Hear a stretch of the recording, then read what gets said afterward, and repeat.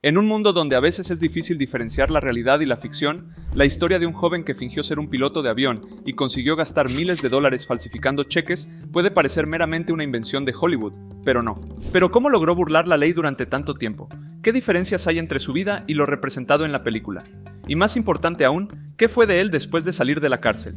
Hoy te resumiré la historia real de Frank Abagnale Jr., quien fue un impostor y falsificador profesional y cuya historia sirvió como inspiración para la famosa película Atrápame si puedes, dirigida por Steven Spielberg y protagonizada por Leonardo DiCaprio y Tom Hanks. Frank William Abagnale Jr. nació el 27 de abril de 1948 en Bronxville, Nueva York, hijo de Frank Abagnale, de origen italiano, y Paulette Abagnale, nacida en Argelia. Cuando Frank tenía 12 años, sus padres se divorciaron, y él decidió irse a vivir con su padre y su madrastra en Mount Vernon, Nueva York.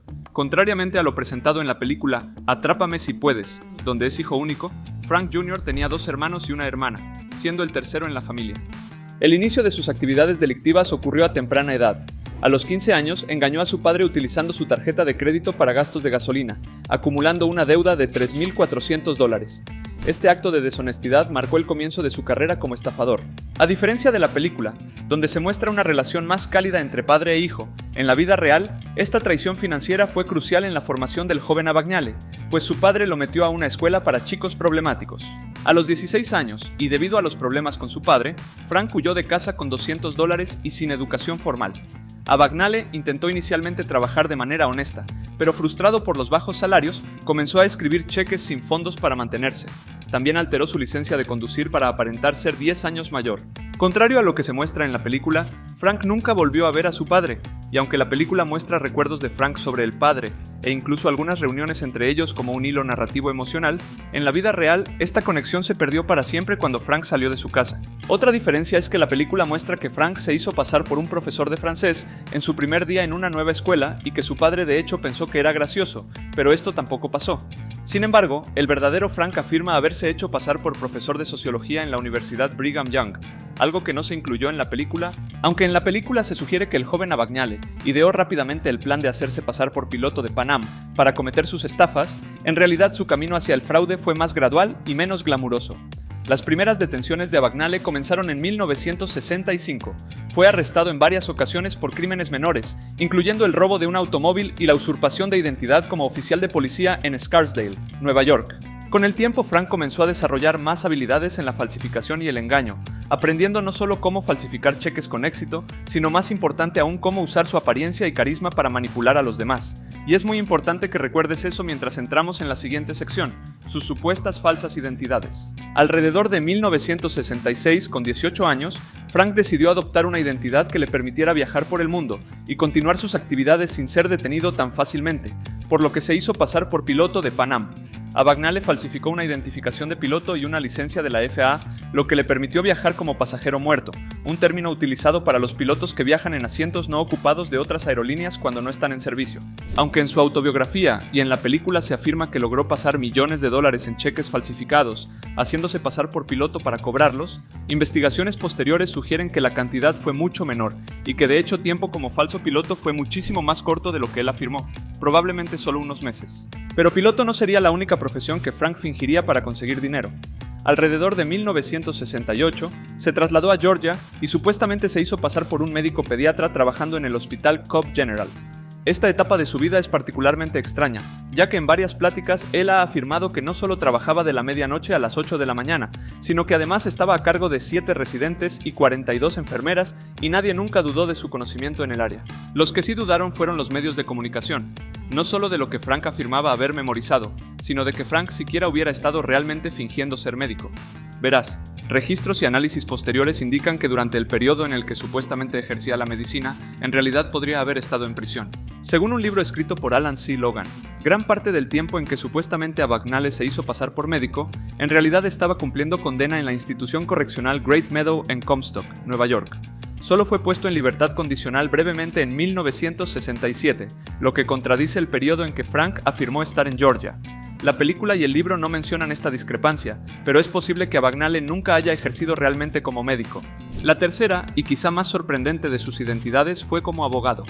Abagnale afirmó haber aprobado el examen del Colegio de Abogados de Luisiana y haber trabajado en Baton Rouge. Esto también es representado en la película, con Frank jurando haber memorizado todo y no haber hecho trampa para pasar el examen. Pero al igual que con sus otras afirmaciones, hay muchas dudas sobre su historia. Investigaciones realizadas en los años posteriores han desacreditado que Frank alguna vez haya pasado el examen. Además, no solo no hay registros de su paso por el colegio de abogados, sino que también se ha descubierto que los detalles de su empleo en Baton Rouge eran completamente falsos. Los mismos funcionarios en Baton Rouge, donde supuestamente trabajó, han negado sus afirmaciones, diciendo que son absolutamente falsas y absurdas. Investigaciones adicionales también revelaron que nunca hubo una oficina de la fiscalía del edificio donde él afirmó haber trabajado. Como puedes ver, muchas de las cosas que Frank ha dicho y continúa afirmando hasta el día de hoy siguen siendo muy puestas en duda, principalmente por su fama de exagerar demasiado sus historias, diciendo que estaba siendo buscado en 26 países diferentes, que consiguió $2,5 millones con cheques falsos o que escapó del FBI incontables veces, y más afirmaciones similares que han sido descubiertas como falsas. Lo que sí fue 100% real fue su habilidad para falsificar y estafar, y aunque la realidad de sus crímenes parece ser significativamente menos dramática que la versión presentada en su libro y en la película, eventualmente sus cheques fraudulentos sí atrajeron la atención de las autoridades y sí provocaron el arresto de Frank en Francia, pero para eso aún faltaban un par de años. El 24 de diciembre de 1968, Frank, ya con 20 años, se trasladó a Baton Rouge, Luisiana. Ahí se involucró en actividades con la comunidad local diciendo que era un piloto de TWA. Sin embargo, su farsa fue descubierta por un reverendo local, quien, tras sospechar de su historia, contactó a la aerolínea y descubrió la verdad, por lo que le prohibió continuar trabajando ahí. El 14 de febrero de 1969, Frank fue arrestado por la policía de Baton Rouge, inicialmente bajo cargos de vagabundeo, por lo que se le dejó ir al día siguiente.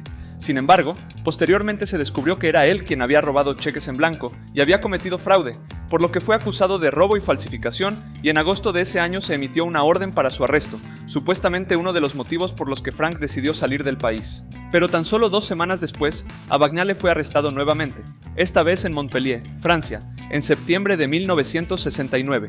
Fue arrestado por haber robado un automóvil, pero también se le impusieron cargos por hacer fraude a 2 familias en Klippan, Suecia. Hasta el día de hoy, y pese a todo lo que ya te he contado, Frank afirma que esta fue la primera y única vez que lo arrestaron en su vida.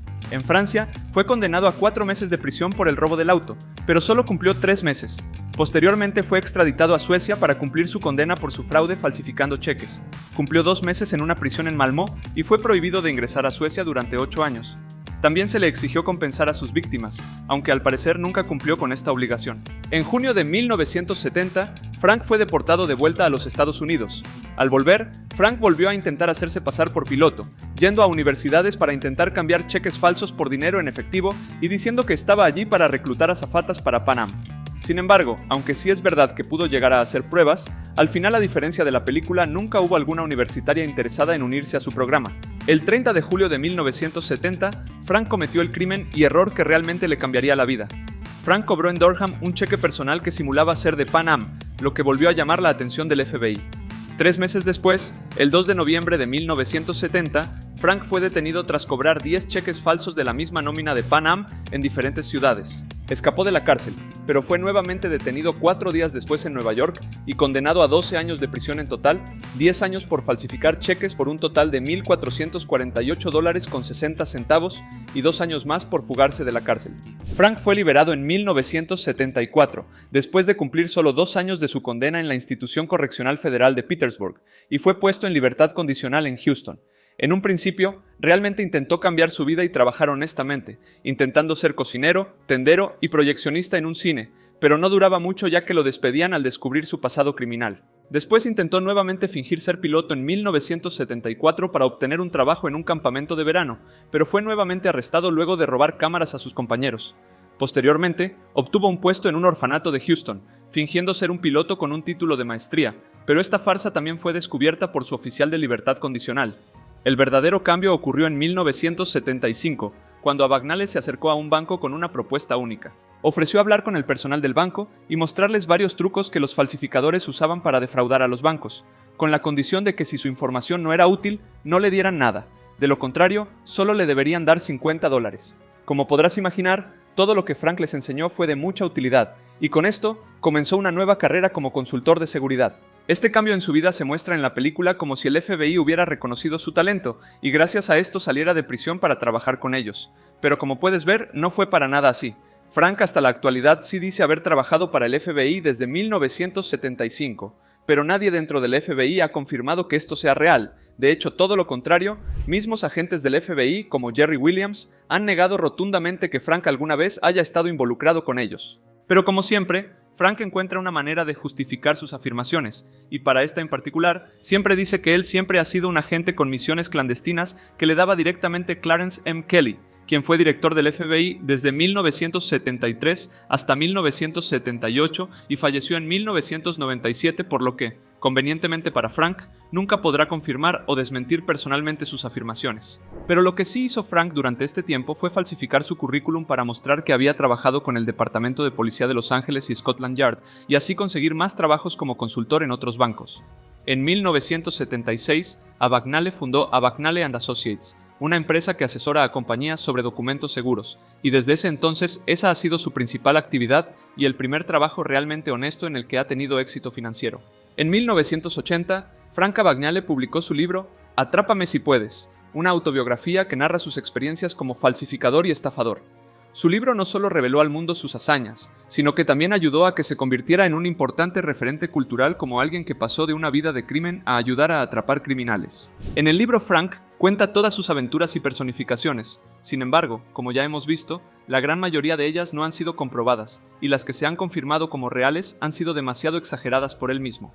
Frank también ha aparecido en varios medios de comunicación, incluyendo 3 apariciones en The Tonight Show, una aparición en To Tell the Truth en 1977 y un segmento regular en la serie de televisión británica The Secret Cabaret en la década de los 90. Su libro también sirvió como inspiración para la película que ya conocemos, la cual lleva el mismo nombre y salió en el 2002. La película ayudó a solidificar la fama de Abagnale y a llevar su historia a un público más amplio. Quizá algo que no sepas es que el verdadero Abagnale hizo una aparición cameo en esta película, interpretando a un oficial de policía francés que lleva a DiCaprio hacia el auto en el momento de su arresto. En 2011, también se estrenó un musical de Broadway llamado Atrápame si puedes, que está basado en el mismo libro y película. Pero, ¿de dónde salió el agente Carl representado por Tom Hanks en la película? Pues de una forma similar, y para resaltar aún más su imagen y hazañas, Frank afirmó en una entrevista en los 80 que Joseph Shea, un ex agente del FBI, lo había estado persiguiendo sin éxito por 5 años, desde 1965 hasta 1970 que fue detenido. También dijo que ese mismo agente se convirtió en su supervisor una vez que salió de prisión, pero que obviamente Shea nunca lo reconocería porque Frank era un agente encubierto. En efecto, el agente Shea jamás confirmó esto, y de hecho todo lo contrario, periodistas del diario de Atlanta descubrieron que Frank y Shea solamente coincidieron en el mismo lugar una sola vez, y fue en una conferencia anticrimen. Shea falleció en 2005, y la historia de Frank con él fue la que inspiró al personaje del detective Carl. Hasta el día de hoy, Frank sigue afirmando que él y Shea fueron íntimos amigos por más de 30 años, aunque la realidad es que todo indica a que nunca se conocieron, y esta fue otra historia inventada por Frank. Actualmente, Frank vive en Carolina del Sur con sus 3 hijos y su esposa Kelly, a quien supuestamente conoció mientras trabajaba como detective del FBI encubierto. Desde la publicación de la película hasta hoy, Frank ha continuado con sus conferencias en las que narra sus hazañas y educa con sus conocimientos en la prevención de acciones fraudulentas. En 2015, fue nombrado embajador del programa de vigilancia contra el fraude de AARP, ayudando a educar a los consumidores sobre cómo protegerse del robo de identidad y el cibercrimen. Además, en 2018, comenzó a copresentar junto con Bob Sullivan el podcast de AARP The Perfect Scam, en el cual habla sobre estafadores y cómo operan. El podcast aún sigue activo, sacando capítulos semanalmente, aunque Frank no siempre aparece en todos y el podcast ha sido muy criticado precisamente por contar con él, ya que el motivo del podcast es hablar sobre estafadores y criticar sus acciones, y muchos consideran esto una ironía, diciendo que el mismo Frank sigue siendo un estafador. También ha tenido otras situaciones similares debido a la opinión del público sobre él. Por ejemplo, en agosto del 2022, Google tuvo que desactivar los comentarios en un video de YouTube del 2017 en el que Frank había sido invitado para dar una plática en Google, además de agregar un anuncio en el video en el que se deslindaron de toda responsabilidad sobre lo dicho en el video, principalmente de la veracidad de las afirmaciones de Frank. Similarmente, en 2022 en la Universidad Xavier, en Ohio, Frank fue cuestionado en un evento en el que se le otorgó el premio Héroes en la Ética. Durante una sesión de preguntas y respuestas, Jim Grinstead, presentador del podcast Scams and Cons, le hizo la pregunta: ¿a la luz del premio de ética que le van a conceder esta noche, dirá la verdad? ¿Dirá la verdad sobre las historias que ha contado? ¿Admitirá que acaba de mentir a todo el mundo y que los sigue estafando? A lo que Frank respondió que él jamás mintió sobre nada, y que no tuvo absolutamente nada que ver con las dramatizaciones de su autobiografía, el musical de Broadway, ni la película. Más allá de si sus historias son reales o no, la vida de Frank Abagnale Jr. nos enseña cómo una persona puede navegar hábilmente entre la realidad y la ficción, y nos muestra que incluso en un camino lleno de engaños y actos cuestionables, es posible encontrar una segunda oportunidad y redirigir la vida hacia un propósito constructivo. Frank Abagnale nos demuestra que las personas no son solo blancas o negras en términos de moralidad, sino una compleja mezcla de grises. Y aunque algunas de sus hazañas pueden ser exageradas o incluso falsas en su totalidad, su habilidad para aprovechar su talento, reinventarse y usarlo para contribuir positivamente a la sociedad es innegable. Ahora es tu turno de contarme. ¿Conocías la vida de Frank Abagnale? ¿Crees que todas sus historias sean reales? ¿Te ha hecho pensar 2 veces sobre lo que te cuentan los demás? Me encantaría saber lo que opinas en los comentarios. Si te gustó este video, te agradecería mucho que dejes tu like y te suscribas activando la campanita para no perderte más historias como esta. Muchas gracias. Y hasta la próxima.